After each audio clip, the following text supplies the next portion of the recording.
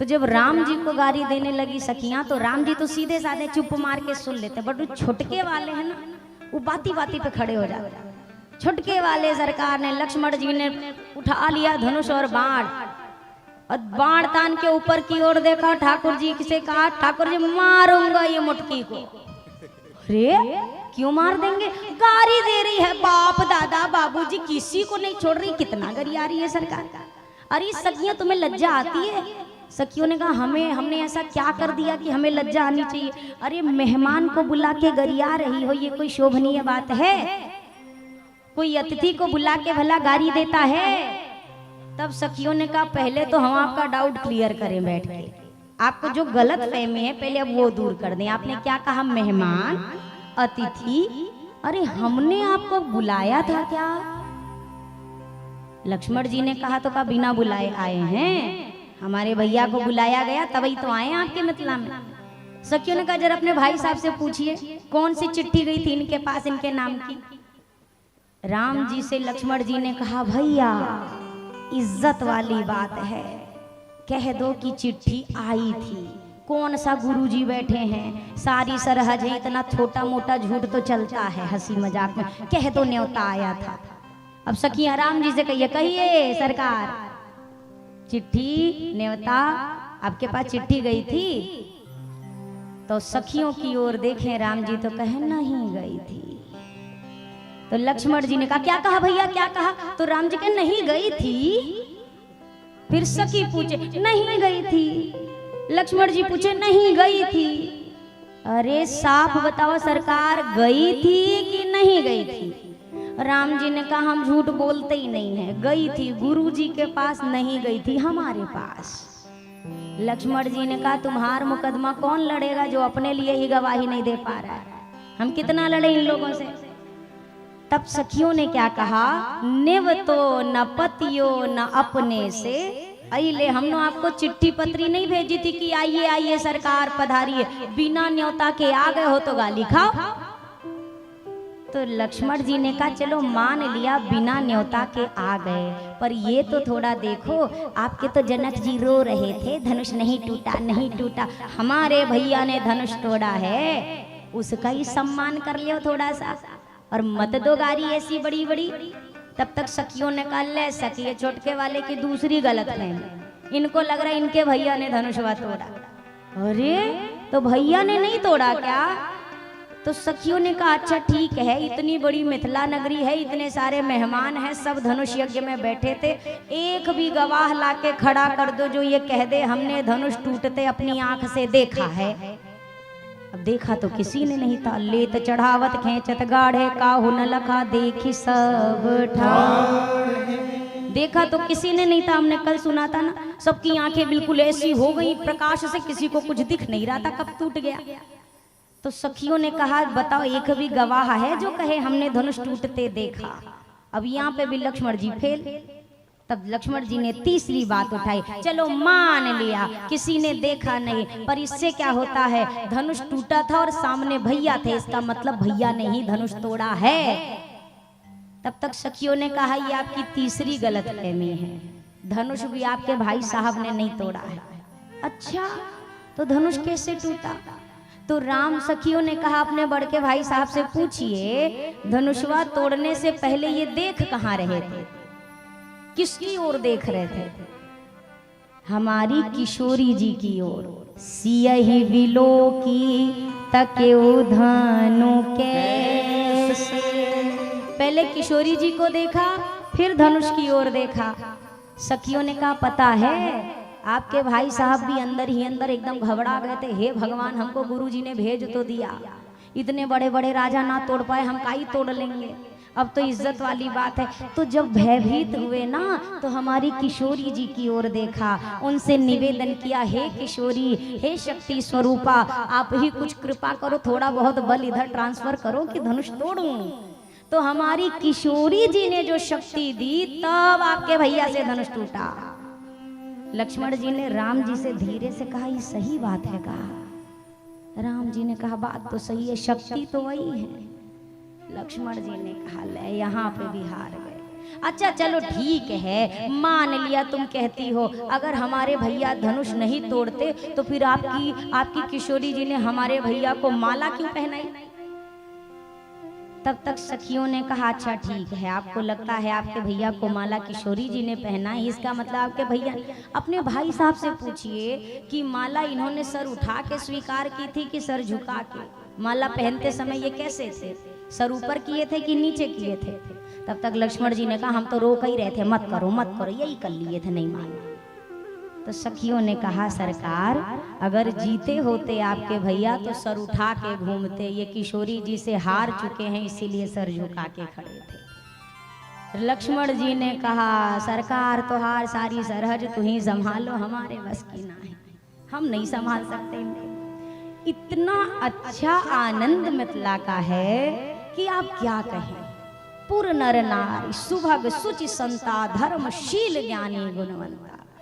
अगर कोई व्यक्ति ये कहे ना कि धन में वैभव होने से, पैसे होने से, या फिर धन में बहुत सामान होने से उस घर का जो भाव है या उस घर की कीमत है वो बनती है या उस घर का सम्मान बनता है, तो भैया लंका सोने की थी, लंका सोने की थी ना मिथिला सोने की है ना अयोध्या सोने की है, लंका सोने की थी। पर लंका के आगे कोई शीश नहीं झुकाता, दुनिया अवध और मिथिला के आगे ही शीश झुकाती है। वहां के अंदर रहने वाले कैसे हैं? विभीषण जी के घर की ओर जब देखा हनुमान जी ने तो एक क्या कहा गया, भवन एक पुनि दीख सुहावा। सोने की लंका के लिए नहीं गोस्वामी जी कह रहे बड़ी सुंदर सोने की लंका नगरी है, नहीं, कनक कोट विचित्र मणिकृत रचना है, ऐसी रचना है कि क्या ही पूछे। पर एक संत का मन कहाँ रमता है, हनुमान जी की निगाह कहाँ पड़ती है, तो विभीषण जी के घर पे, जहाँ तुलसी का बिरवा है, जहाँ राम नाम अंकित है, जहाँ राघव जी के आयुध अंकित हैं, वहाँ एक संत रुकते हैं।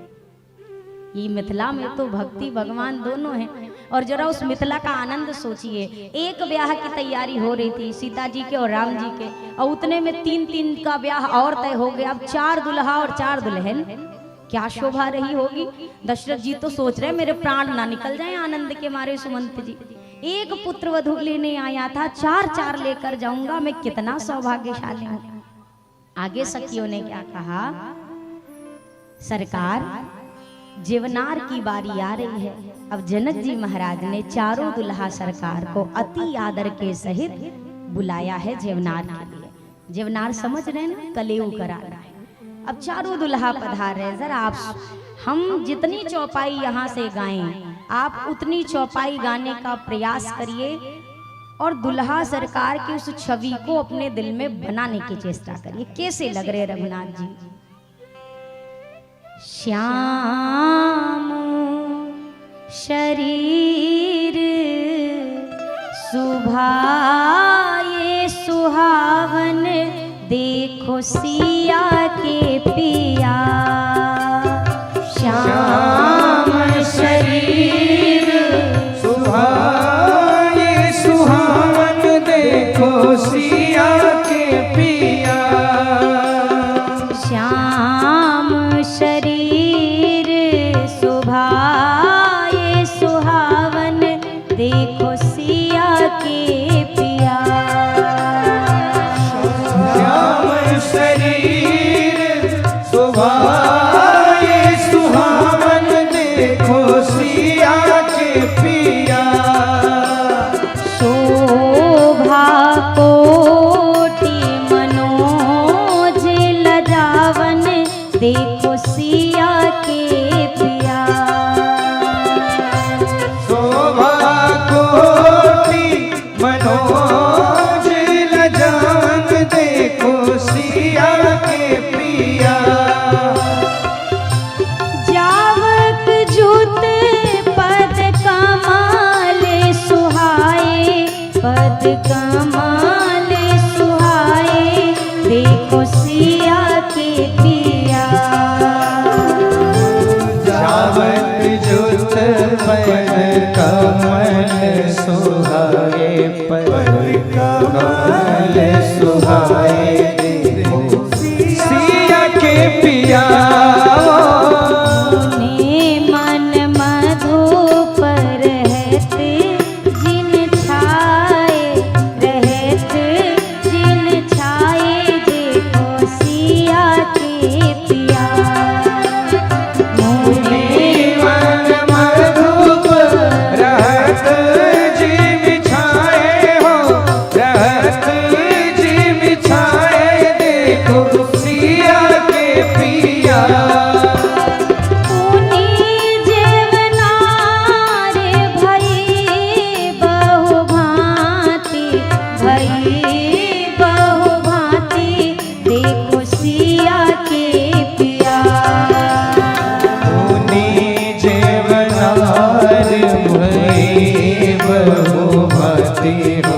भई बहु भक्ति देखो सिया के पिया। पठई जनक बुलाए बराती, बुलाए बराती देखो सिया के पिया। पठई जनक बुलाए बराती हो, बुलाए बराती देखो सिया के पिया। जीवत दे मधुर धुन गारी, मधुर धुन गारी देखो सिया के पिया। जीवत देहि मधुर धुन गारी हो, बोलिए दुल्हा सरकार की। सिया के पिया। ले ले नाम पुरुष अरु नारी, पुरुष अरु नारी देखो सिया के पिया। नाम पुरुष अरु नारी हो, पुरुष अरु नारी देखो सिया के पिया। समय सुहावन गारी विराजा सखी गारी विराजा देखो सिया के पिया। समय सुहावन गारी विराजा सखी गारी विराजा देखो सिया के पिया। सतराऊ सुने सहित समाजा, सहित समाजा देखो सिया के पिया। राम सुनी संगीत समाजा, सुनी संगीत समाजा देखो सिया के पिया। ओ श्याम शरीर सुभाए सुहावन देखो सिया के पिया। श्याम शरीर सुभाए सुहावन देखो सिया के पिया। श्याम शरीर सुभाए सुहावन देखो सिया के पिया। शोभा कोटि मनोज लजावन देखो सिया के पिया। ठाकुर जी का वो श्याम वर्ण, श्याम शरीर शोभाय सुहावन। शोभा कैसी, तो करोड़ों करोड़ों कामदेव भी जिसे देखकर लज्जित हो जाएं, ऐसी रघुनाथ जी की, ऐसे दुल्हा सरकार की शोभा। चारों दुल्हा सरकार आए, विराजे, दशरथ जी विराजे हैं खूब आनंद के साथ। अब बैठे तो हैं। दशरथ जी महाराज ने जनक जी महाराज की ओर देखा। जनक जी आज स्वतः परोस रहे हैं और दुल्हा सरकार के लिए सारी थाल सजवा रहे, भोजन परोस रहे। राम जी संकोची है ना, सरल है, तो जानते हैं कि सरकार को कोई कमी होगी तो सरकार कहेंगे नहीं। अच्छा, कोहबर जानते हैं आप लोग? कोहबर, अच्छा तो नहीं जानते तो बात ही क्या करें। कोहबर जैसे विवाह के बाद ना कोहबर में ले जाते हैं, एक ये लौकिक रीति है वहाँ की, मतलब कि तो कोहबर में जाते हैं, वहाँ पर भी कुछ नियम होते हैं जो लोक व्यवहार होते हैं, उसे पूरा किया जाता है। लेकिन कोहबर के भीतर जाने से पहले दुल्हा सरकार के साथ दुल्हन तब विदा होगी जब कोहबर के भीतर जाके सारी रिवाज पूरे होंगे, और जब तक वहाँ की विधि पूरी ना हो तब तक दुल्हन मिलने वाली दुल्हा को नहीं है। तो कोहबर के भीतर जाने से पहले भी जो सारी सरहज होती हैं, जैसे बहनें द्वार छिकाई करती हैं ना, तो वैसे सारी सरहज भी कोहबर के द्वार पर खड़ी हो जाती है और नेग मांगती है कि जब नेग देंगे तो कोहबर के भीतर जाने देंगे, और जब भीतर जाओगे तब ही आपको दुल्हन मिलेगी, उसके पहले मिलेगी नहीं। तो जब चारों भैया कोहबर में जाने के लिए द्वार पर आए तो सखियों ने कहा ये अयोध्या नहीं है, ससुराल है, थोड़ा कुछ हाथ में दीजिए, हमारा नेग चारों भीतर जाइए और रीत रिवाज पूरे करिए। राघव जी कोहबर बिहारी ढिठाई माफ कीजिए हमारी। सखियों ने रघुनाथ जी से कहा सरकार कोहबर के भीतर आप जाना तो चाह रहे हैं पर बिना नेग दिए तो भीतर नहीं जा सकते हैं, थोड़ा सा नेग धरिए फिर भीतर जाइए। तो राम जी ने कहा नेग, अरे सखी हम सब सिया जी की सखियां सहेलियां, हम उनकी सखी सहेली हैं, कोई सरहज कोई सारी ढिठाई माफ कीजिए हमारी। कोई सरहद कोई सारी ढिठाई माफ कीजिए हमारी। राघव जी अवध बिहारी ढिठाई माफ कीजिए हमारी। राघव जी अवध बिहारी ढिठाई माफ कीजिए हमारी। सखियों ने कहा सरकार हम आपकी सारी सरहद लगते हैं और नेग लेना हमारा अधिकार है, नेग दीजिए भीतर जाइए। तो राम जी ने कहा ओ सखियों नेग नहीं लाए हम तो मुनि संग आए, नेग नहीं लाए हम तो मुनि संग आए। अरे हम तो सखी विश्वामित्र जी के साथ आए थे उनका यज्ञ बचाने, हमें थोड़ी ना पता था हमारा ब्याह हो जाएगा, ब्याह तो हो गया, हम ब्याह की तैयारी से थोड़ी ना आए थे, पता होता हमारा ब्याह हो जाएगा तो अपनी मैया से कुछ नेग लेके आए होते, अभी तो हम ठन ठन गोपाल।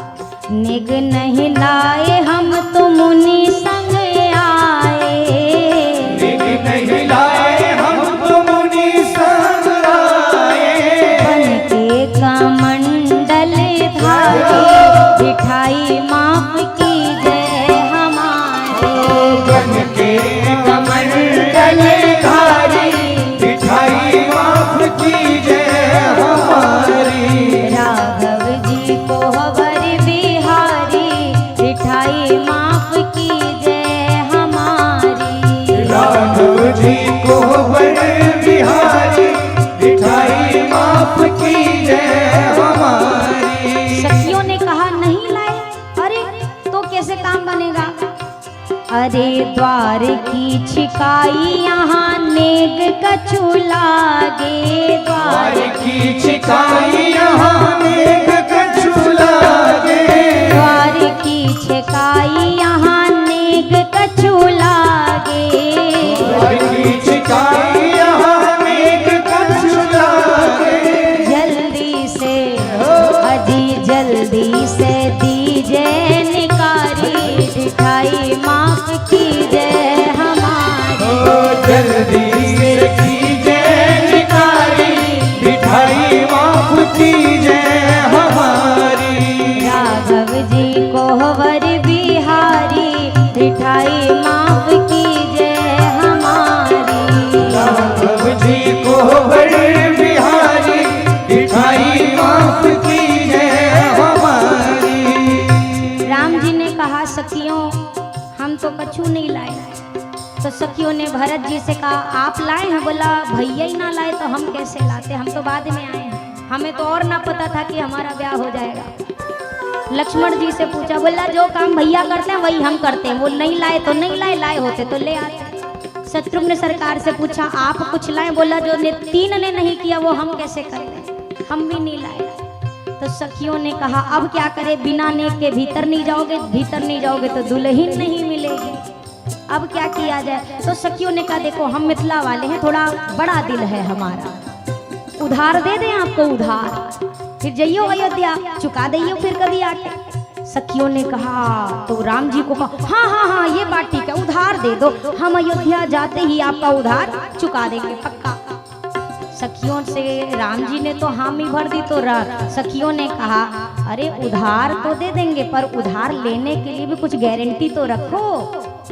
किस भरोसे पे उधार दे दे, कौन भरोसा, परदेसी भाग गए फिर नहीं आए तो। उधार के लिए कुछ गिरवी तो रखना पड़ेगा ना, आप कुछ गिरवी रखिए, बदले में हमसे धन ले लीजिए, हमारा नेक चार करिए। तो राम जी ने कहा ठीक है आभूषण रख दो, हाथ के आभूषण। सखियों ने कहा ये आभूषण नहीं, मिथिला का धन है, बहुत भारी कीमत है इसकी। क्या कीमत है? लक्ष्मण जी ने कहा कितनी भारी कीमत है, सब चुकाएंगे।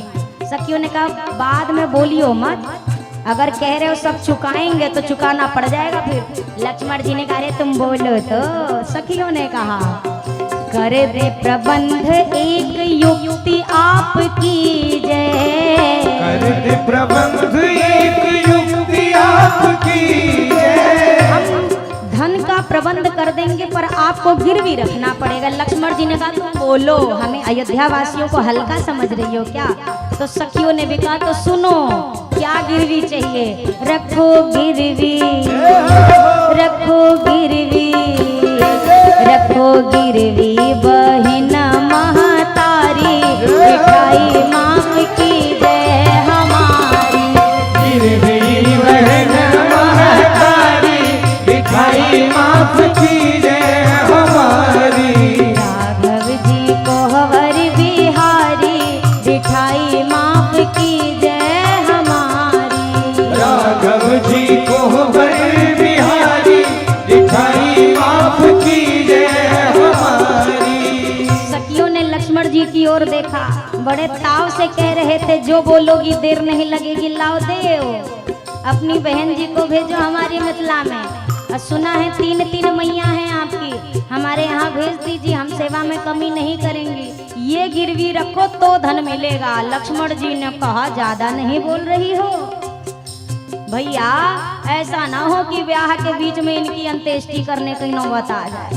ये ज्यादा नहीं बोल रही हैं। लक्ष्मण जी ने कहा ये दुबरी पतरी सी हो, एक ही धक्का मारेंगे सगरों किनारे हो जाओगी, बड़ी आई द्वार रोकने वाली। वो तो बस भैया की मर्यादा है, एक बार ठेल दिया ना तो एक को नजर नहीं आओगे दरवाजे पे। सखियों ने कहा अच्छा आप बल प्रयोग करेंगे? बोला ताड़िका पे कर लिया था तो तुम कौन से खेत की मूली? सखियों ने कहा वो ताड़िका नहीं है, हम मिथिलानियां हैं, जरा जाके देखो। बिना लिए तो है जान न देंगी, बिना लिए तो है जान न देंगी, बिना लिए तो है जान न देंगी, बिना लिए तो है जान न देंगी। तुम्हें देंगी जय हो, हम देंगी। जय हो। लखनलाल से सखियों ने कहा एक बार जाके देखो, आपके बाबूजी से लेके आपके पर बाबूजी तक यही ना हमने बिठा दिया तो हमें भी मिथिलानियां कहना। तुम्हें देंगी हजारन गारी, मिठाई माफ की जय हमारी। देंगी हजारन गारी, मिठाई माफ की जय हमारी। अरे राघव जी कोहबर बिहारी, मिठाई माफ की जय हमारी। राघव जी कोहबर बिहारी, मिठाई माफ की जय हमारी। नारायण प्रभु ठाढ़े द्वार पे, नारायण प्रभु ठाढ़े द्वार पे। राम जी को इतनी देर तक खड़ा रखा और इतनी देर जब खड़े देखा तो सखियां जोर जोर से ताली बजा के हंसने लगी। लखनलाल ने कहा बावरी हो गई हो का नेक ना मिलने के कारण, काहे को इतना कूद कूद के हंस रही हो, इतना उत्साह मना रही हो। सखियों ने आपस में कहा सखी देख ये वही है जिनके द्वार पर ब्रह्मा खड़ा होता है, जिनके द्वार पर शंकर खड़े होते हैं, जिनके द्वार पर हजारों लाखों ऋषि मुनि खड़े होते हैं, ये हमारे दरवाजे पे खड़े हुए हैं। अरे सखियां, अजी सखियां, अरे सखियां बजावे करे तारी, मिठाई माफ की जय सखिया बजावे जगतारी भिखाई बाबू की जय हमारी। मेरे राघव जी कोहबर बिहारी भिखाई माफ की जय हमारी। राघव जी कोहबर बिहारी भिखाई बाबू की जय हमारी। भिखाई माफ की जय हमारी। भिखाई बाबू की जय हमारी। बिना लिए तो है अजी जान न देंगी, और अगर हमसे जबरदस्ती करी तुम्हें देंगी हजारन गारी। ढिठाई माफ की जय हमारी। सखिया इधर कहती हैं गुस्सैयो मत, और ये बोल के फिर गारी देती है। फिर कहती है बुरा मत मानना हम जो कह रहे, फिर गारी देती है। एक ने कहा अरे ये तो भगवान है ना, भगवान को भी कोई भला गारी देता है, पुरुषोत्तम को गारी कैसी। दूजी वाली ने कहा होंगे पुरुषोत्तम अपनी अयोध्या के, गारी बिना ससुरारी कैसी। वो ससुरार क्या जहाँ पे दुल्हा को 4 गाली अच्छे से ना मिले तो। अब राघव जी द्वार पे खड़े खड़े बड़ी देर हो गई, तब तक एक सखी ने कहा अच्छा ठीक है, दुल्हा तो अब अंदर नहीं जा सकते, नेग नहीं लिया है, कुछ तो कृपा कर दो। सखी बोला चलो कोई बात नहीं, अब इतना ये कर ही रहे हैं कर देते हैं। हमारे अंदर कोहबर के अंदर जो देवी बैठी हुई है ना, अब दुल्हा तो अंदर जा नहीं पा रहे हैं तो देवी को ही बाहर ले आते हैं, यहीं पे पांव पड़ लेना और सारे रस्म पूरे हो जाएंगे। एक थाल में बढ़िया उसको मखमल के कपड़े से ढक के फूल सब कुछ चढ़ा करके इतना बड़ा थाल लेके आई, राम जी के आगे रखा और राम जी से कहा लीजिए हमारी देवी आई हैं कुल की, प्रणाम करिए। राम जी ने कहा ये कौन सी देवी है जो घूंघट करके बैठी हुई हैं? अरे घूंघट में भी कोई देवी रहे क्या? चेहरा तो दिखे देवी जी का, मुख दर्शन तो कराओ तब तो प्रणाम करूं। मिथिलानियों ने कहा आप अपने भक्तों को पहले दर्शन देते हो कि पहले तपस्या करवाते हो? आप भी तो पहले तपस्या कराते हो, मुख बाद में दिखाते हो, और यहाँ पे कह रहे हो मुख पहले दिख जाए प्रणाम बाद में, ऐसा कैसे चलेगा? पहले प्रणाम करिए। राम जी ने कहा बिना मुंह देखे तो प्रणाम ना करेंगे। गई लक्ष्मण जी के पास, आप प्रणाम कर ले छोटे सरकार, आप भी कर लोगे तो आपके साथ एक की एंट्री फ्री। लक्ष्मण जी ने कहा हम अपने भैया के सिवा न देवी जाने न देवा, हमारे भैया ने नहीं किया हम भी ना करेंगे। सोचा शत्रुघ्न भैया को कम बोलते हैं, क्या पता ये मान जाए, आप कर लो। शत्रुघ्न जी ने कहा जो काम बड़े नहीं कर रहे वो हम ही कैसे करते हैं। अब देखा भरत जी की ओर, सीधे सरल, भरत जी आप प्रणाम कर लो, आपको पता है बड़ी काम की देवी है, इनसे जो मांगो मिल जाता है। अच्छा क्या मिल जाता? अरे जो चाहिए आपको मिल जाता। और आपको पता है आप एक बार अगर प्रणाम कर लेंगे तो आपके भैया को भी हम अंदर पहुंचा देंगे। जैसे कहा सखियों ने, भरत जी दौड़ के गए और लेट गए साष्टांग। अब सखियां ताली बजा के हंसने लगी, हटाया कपड़ा और उसके नीचे क्या थी तो किशोरी जी के पैरों की पन्ही थी, चरण पादुका थी। लगे जोर जोर से हंसने। तब तक लक्ष्मण जी ने भरत जी से कहा अरे भैया सारी भक्ति यही निकालनी थी आपने, थोड़ा ठहर जाते। मैंने ना किया, भैया ने नहीं किया, शत्रुघ्न ने नहीं किया, आपने क्यों प्रणाम कर लिया? आपको भी नहीं करना था ना। भरत जी ने कहा उन्होंने ऐसी बात ही कही कि ये प्रणाम कर लो तो भैया अंदर चले जाएंगे।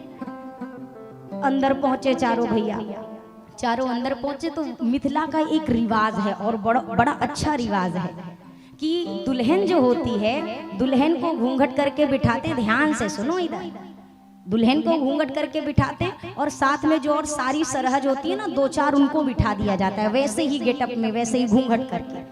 और एक आम का पल्लो समझ रहे ना, छोटी सी आम की डाल हाथ में देते हैं और कहते हैं कि अब इन्हीं में से पहचानो कि तुम्हार दुल्हन कौन है। जिस पे आम का पल्लो छोड़ेंगे वही दुल्हन आपको मिलेगी। ये वहां का एक विनोद भाव का लौकिक एक रीति है। अब 4 दुल्हन बैठाई गई हैं। राम जी ने सबसे पहले राम जी की बारी आई ना, तो राम जी ने पल्लो छोड़ा, किशोरी जी का नाम ले लेके जैसे पल्लो छोड़ा सही पड़ा, राम जी को किशोरी जी मिल गई।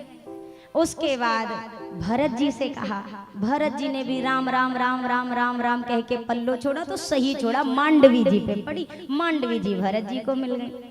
अब आई लक्ष्मण जी और शत्रुघ्न जी की, तो लक्ष्मण जी ने शत्रुघ्न जी से, लक्ष्मण जी ने थोड़ी चालाकी दिखाई, सोचा शत्रुघ्न पहले कर ले तो जो आखिरी में बचेगी वो है हमार होगी। तो शत्रुघ्न आप छोटे हो, पहले आप करो। नहीं भैया, बड़े आप पहले करें। नहीं, मैं आदेश दे रहा हूं ना, चलो तुम पहले पल्लो डालो। शत्रुघ्न जी ने भी देखा गौर से, सबसे छोटी यही है, हम भी छोटे, ये तो यही हमारी शक्ति होगी श्रुति कीर्ति। पल्लो डाला, श्रुति कीर्ति जी मिल गई। अब आखिरी में लखनलाल बिल्कुल ताव के साथ, पल्लो लाओ पल्लो आम का। अभी देखो कैसे पहचानता हूँ। आम का पल्लो लिया और इन मिथिलानियों को सारा बदला तो छुटके से ही लेना है। जैसे पल्लो छोड़ा, घूंघट फेंक के, उर्मिला जी ना थी वहां, दाढ़ी वाला एक लड़का बिठा रखा। जैसे पल्लो छोड़ा, घूंघट तोड़ के चिपक गया जाके लखनलाल से। अब लक्ष्मण जी ने कहा ये हमारी नहीं है, सखियों ने कहा ये तुम्हारी है, आप ही ने तो चुना है, तो अब यही है आपकी। लखनलाल ने कहा भैया ये सब हमारे साथ ही ऐसा करती हैं। सखियों ने कहा तो बात बात पे गाल भी तो आप ही ज्यादा फुलाते हो, जरा सा होगा नहीं धनुष बाण लेके खड़े हो जाएंगे। ये उसी का बदला था। ये बारात मिथिला में रही 6 महीने। 6 महीने तो ऐसा कहते हैं, लेकिन मिथिलापुर वासियों का तो कहना है कि बारात कभी वापस गई ही नहीं, बारात वहीं पे रही। क्यों? ब्याह हुआ, ब्याह के बाद अगहन का ये महीना था जब ब्याह हुआ, तो ये हुआ कि अब जाने दीजिए। तो अरे नहीं नहीं, बड़ी जाड़ अब शुरू हो जाएगी, पूछ की ठंडी तो भैया क्या पूछना, थोड़ा रुक जाए। तो रुक गए। अब उसके बाद जाड़ा बीत गया तो फागुन लग गया। तो अब जनक जी ने कहा हमारे यहाँ तो फागुन में बिटिया को घर लेके आते हैं और आप कह रहे हैं बिटिया को ससुराल लेके जाएं, इस बार और रुक जाइए। फागुन का भी बीत गया महीना। दशरथ जी ने कहा अब बारात जाने दीजिए।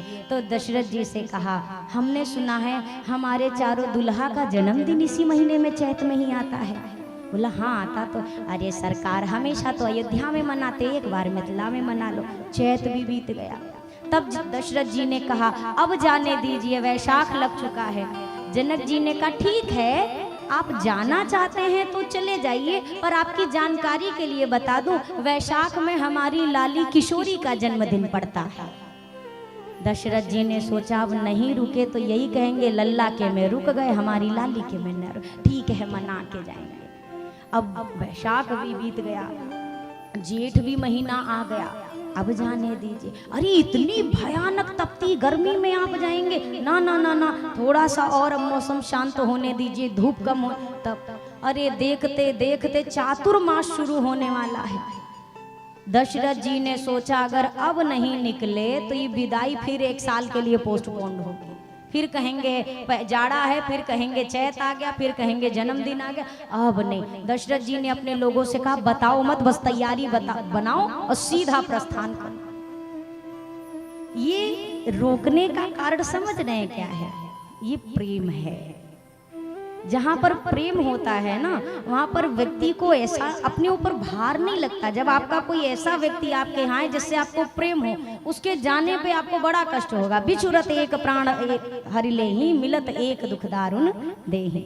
संसार में 2 तरह के संबंध होते हैं। एक ऐसा संबंध है कि अगर सामने वाला हमसे बिछड़ जाए तो लगता है अब मृत्यु स्वीकार है। एक ऐसा संबंध है उससे मिल लो तो ऐसा लगता है ये मिला ही क्यों था मुझे। दशरथ जी महाराज और समस्त बाराती मिथिला में 6 महीने तक आतिथ्य स्वीकार कर रहे हैं। और बारात की जब जब विदाई की बात होती है तब तब जनक जी आकर कहते हैं लगता है कुछ कमी पड़ रही है आपको हमारे स्वागत में, तभी आप जल्दबाजी कर रहे हो। 6 महीने को भी वो जल्दी का समय कह रहे हैं। अपने आप के यहाँ तो 6 दिन का भी कोई मेहमान आ जाए तो भगवान से मान्यता मानने लगते हैं। ठाकुर जी नारियल बध रहे हैं, बस इसको विदा कर दो। बहुत मुश्किल है, बहुत मुश्किल है। आज के समय पर आतिथ्य को देखो, हम दोनों पार्टी की बात करते हैं क्योंकि ये त्रेता की कथा है। उस समय भावना अलग थी, उस समय प्रेम अलग था, आज के समय में सब कुछ अलग है। तो हम अतिथि से भी निवेदन करते हैं और जिसके घर में अतिथि जाएं उनसे भी निवेदन करते हैं। पहली बात, मेहमान भी आप हम बन के जाएं तो कम से कम इतना ही समय वहां रुका जाए जितने समय तक सामने वाले के हृदय में आपके प्रति सम्मान है। ये बात मैं नहीं कह रही हूँ, ये बात हमारे संतों ने कही है। प्रीति घटे परदेश बसे, अरुमान घटे नित ही नित जाए। कवि गंग एक बात कहते हैं, ज्ञान घटे कोई साधु की संगत। जब व्यक्ति बहुत दूरी किसी से बना लेना तो प्रेम समाप्त हो जाता है ना। कोई व्यक्ति परदेश जाके बस जाए, ना फोन करे ना मिलने आए, तो प्रेम नहीं रहता, फिर वो समाप्त होने लगता है। अब व्यक्ति सोचे नहीं रोज मिलेंगे तो प्रेम रहेगा, नहीं, रोज मिलेंगे तो सम्मान घटने लगेगा। तो दोनों के मध्य का रास्ता, कभी मिलिए और कभी ना मिलिए, मतलब ऐसी मुलाकात होती रहे कि व्यवहार बना रहे। इतना भी गुड़ की चींटी की तरह ना बन जाइए कि संबंध ही समाप्त हो जाए। रोज जाना भी उचित नहीं, ज्यादा दूरी भी उचित नहीं। ये आज के समय की बात है। एक घर में एक मेहमान आ गए, आ तो गए, जाने का नाम ना ले रहे, नाम नहीं ले रहे। अब घर वाली जो देवी जी थी बड़ी परेशान हुई। घर के मुखिया ने आके कहा आ तो गए हैं, जा नहीं रहे हैं। तो श्रीमती जी ने कहा और खिलाओ इनको पनीर के पकोड़े और चाट, काहे को जाएंगे, इतना बढ़िया बढ़िया खाने को मिलेगा। तो क्या करें। पति देव ने कहा ऐसा करते हैं हम और तुम झूठ मूठ का झगड़ा कर लेते हैं। तुम कह देना भोजन नहीं बनेगा, तब जब भोजन ही ना रहेगा तो मेहमान कहाँ से रहेंगे। ये बढ़िया रास्ता। पत्नी ने कहा ठीक है। शाम का समय हुआ, चाय पीने सब बैठे। अब चाय पीने बैठे, इतने में पति देव ने एक घूंट चाय पी और पत्नी को इशारा किया शुरू करें। बोली शुरू करो। जोर से चिल्ला, ये चाय है, ऐसी चाय बनती है, तुम्हारी माँ ने तुम्हें चाय तक बनानी नहीं सिखाई। अरे हमारे तो कर्म फूट गए जो तुमसे शादी कर। अब पत्नी ने भी अपने बात के अनुसार रोना, इतने बुरे तो कुछ नहीं, आज हम भोजन ही नहीं बनाएंगे, इतना खराब बनाते। कमरे में चली गई रोती रोती। मेहमान ने देखा मामला तो गर्म है भाई साहब। मेहमान गए कमरे में, अपनी अटैची वटैची बंद करी, आए, देखो भैया अब हमको भी आज्ञा दे दो, अब जाना। अरे आप कहाँ जा रही हैं, सब तो घर का मामला है, आप रहिए, हम समझाते हैं उसको, कैसे नहीं बना। अरे नहीं नहीं भैया, डांटने की जरूरत नहीं, हाँ हम जा रहे हैं, बस बस बस बस। अब ये बाहर निकले, पति देव भीतर पहुंचे कमरे में। ये मोटे मोटे आंसू बहाते देवी जी बैठी थी। तब तक जाके पति देव, अरे पगली तुमको तो हमने बताया था झूठ मूठ कर, तू सच्ची सच्ची में रो रही है क्या। अरे पगली मैंने झूठ बोला था, मजाक कर रहा था मैं तो। तब तक पत्नी ने भी आंसू पोंछते हुए कहा मैं भी तो मजाक कर रही थी। इतने में मेहमान अटैची लेके आए, बोले कि तुम हम भी तो मजाक ही कर रहे थे, हम कहाँ कहीं गए थे, बाहर ही खड़े थे। करो चाहे लाख चतुराई, उसी घर सबको जाना। व्यक्ति संसार में हर जगह अपनी बुद्धि से जीत सकता है, पर भगवान के आगे आपकी बुद्धि चलने वाली नहीं है।